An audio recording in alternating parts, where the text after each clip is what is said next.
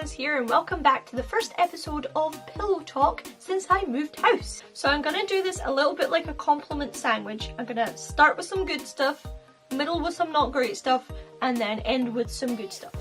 Okay, so first the good stuff. I moved house, and it's awesome, and I said I was gonna tell you who I was living with, and I am. I wish she was here so that she could guest appear, but she's not, so I'll just tell you. I moved back in with Paula! Yay! It's a round of applause, get it? So that's really exciting. Paula's my best friend, and I'm super excited about living with her again, and my room is all decorated. You can find the video of my room tour up here somewhere. I'll leave a link. And it's really awesome, and I'm just like, I'm happy to be here. Like, obviously I wasn't in a good financial position in my last flat at all, but I'm considerably better off here, and the stress is much less, so I'm happy to be in this space, and it's exactly the way I want it to be, and yeah, I'm just really happy about it. I'm happy to be living with Paula again. If you look at my old vlogs, I was living with Paula. I was in a different room, but the old ones, I was here again. Another cool thing, I guess, is I'm not in uni anymore, so that means I can work more, which means I can earn more money, in theory. And more money means more dresses, more fashion stuff that I can do. I can do hauls again, thank you God. It also means that I can save for stuff like holidays. Okay, so that's my first chunk of really good stuff. But I really want to talk to you about the slightly less good stuff, the stuff that has been stressing me out so much.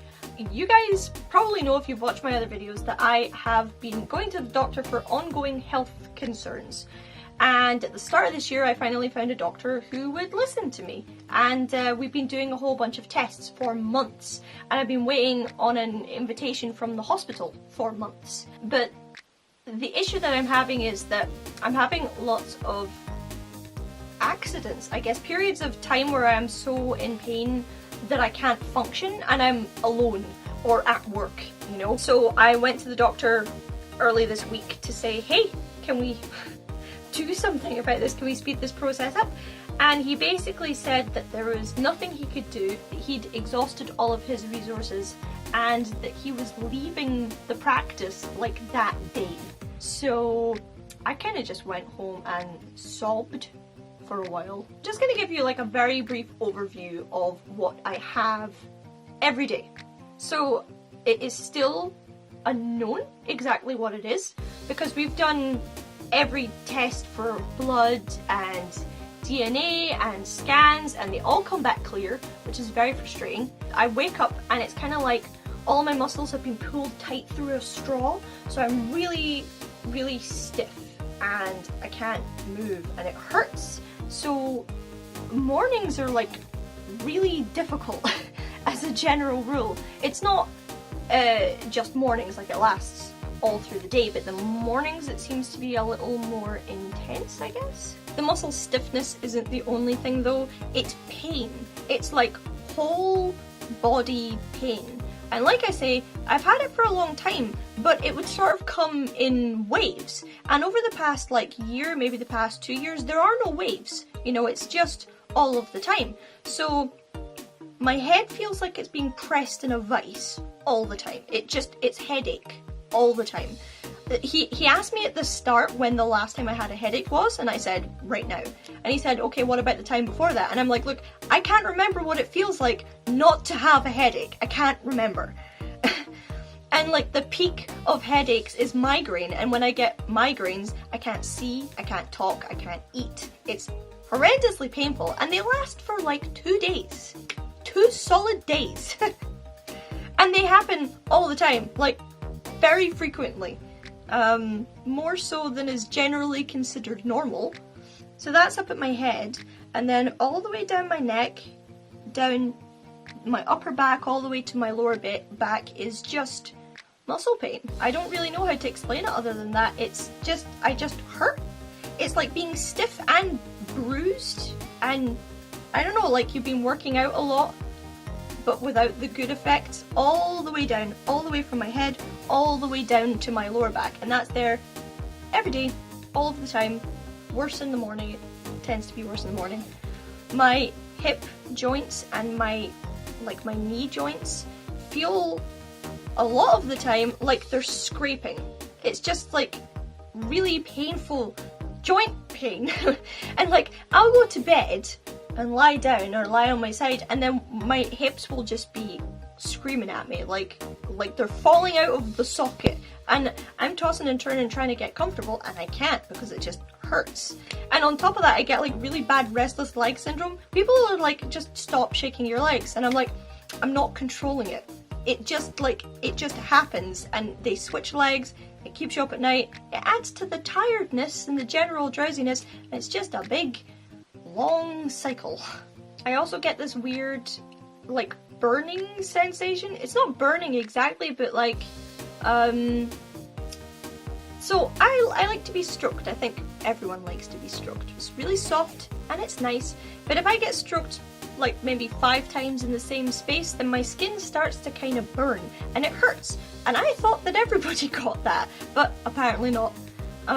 So I get it with being touched, but I also get it without being touched. So like I get it on opposite sides of my face a lot, where it just like, it's like the whole side of my face is, it's not sunburn exactly, but it's stingy and it hurts to touch it. I get it in lots of places, but it's quite bad on my face and on my arms. I'm not gonna waffle about it for too long because it is a long list, and it's a long list of things that I have all the time. And for the longest time I went to doctors about the sleep thing, I went to doctors about the headaches and the migraines, I went to doctors about the pain, I get terrible stomach pain. Every morning I wake up with like twisting pain in my stomach that makes me sweaty. I've had that for so long, and I just thought that everybody woke up like that. So anyway, you get the idea. It sucks, and it's every day and it's all of the time.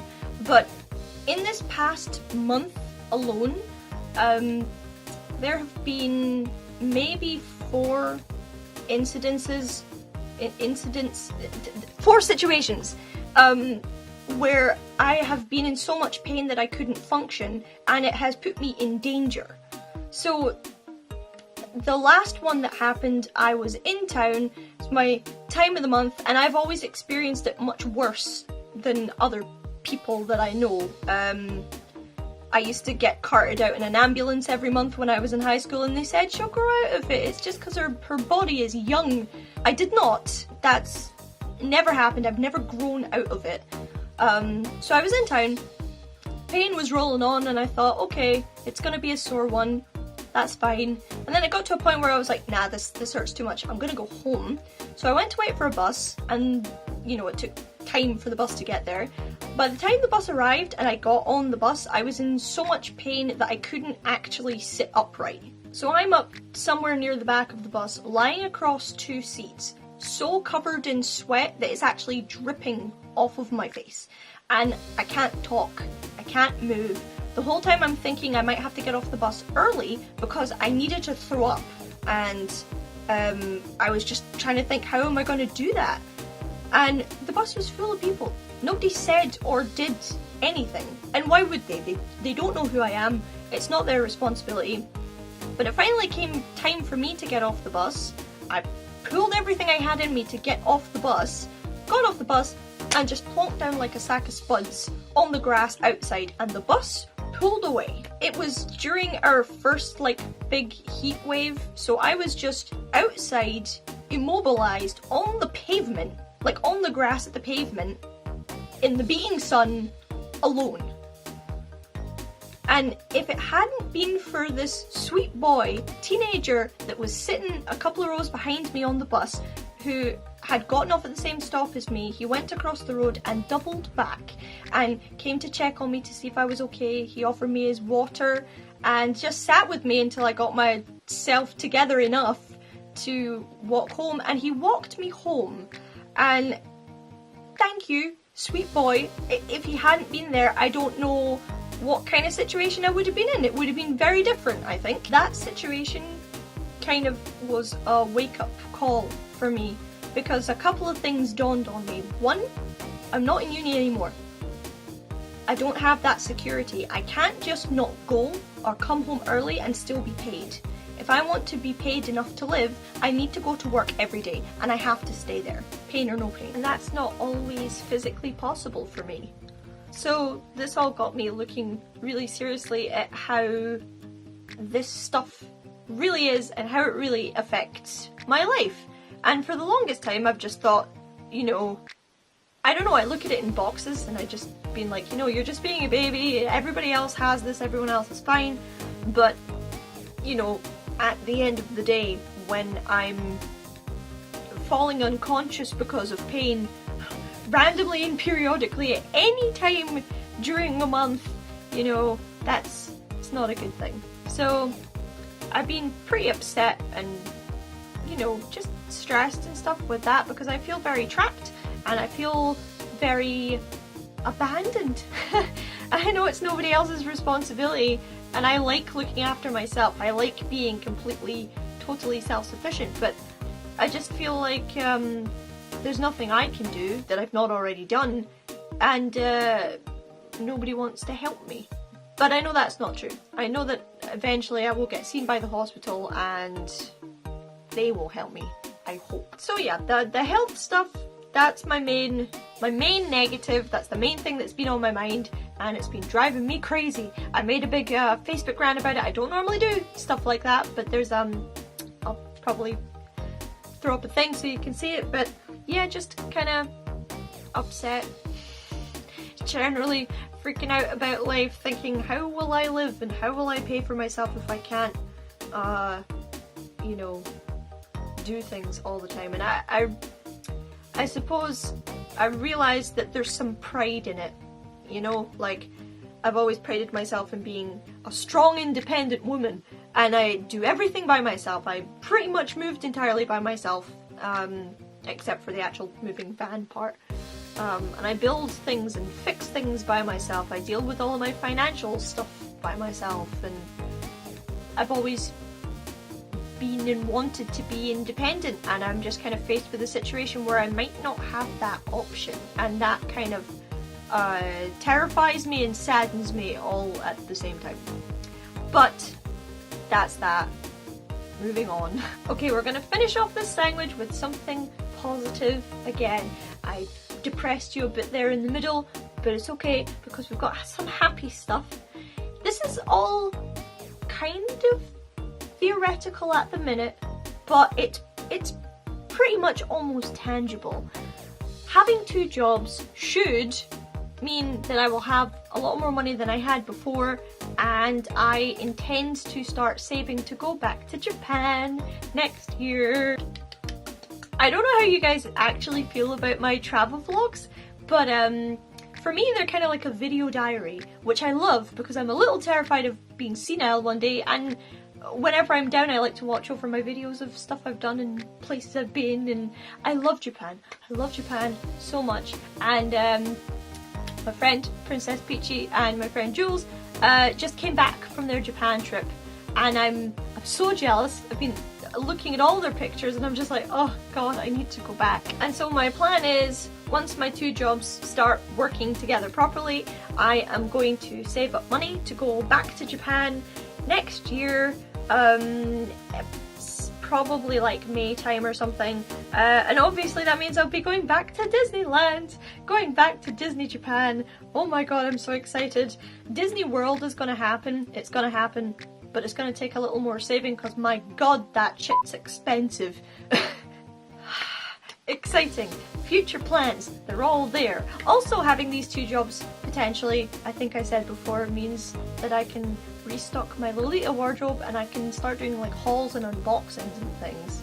Yay! Whoa! Shocking, I know, I look different. This is another day because my camera phone died.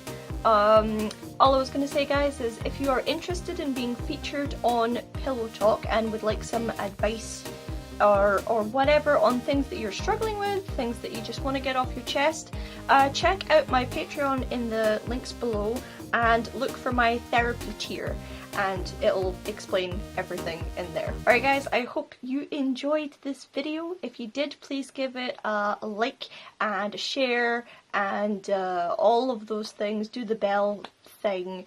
and give me a comment because I love your comments, and check out my Patreon, and I will see you guys next time. Love.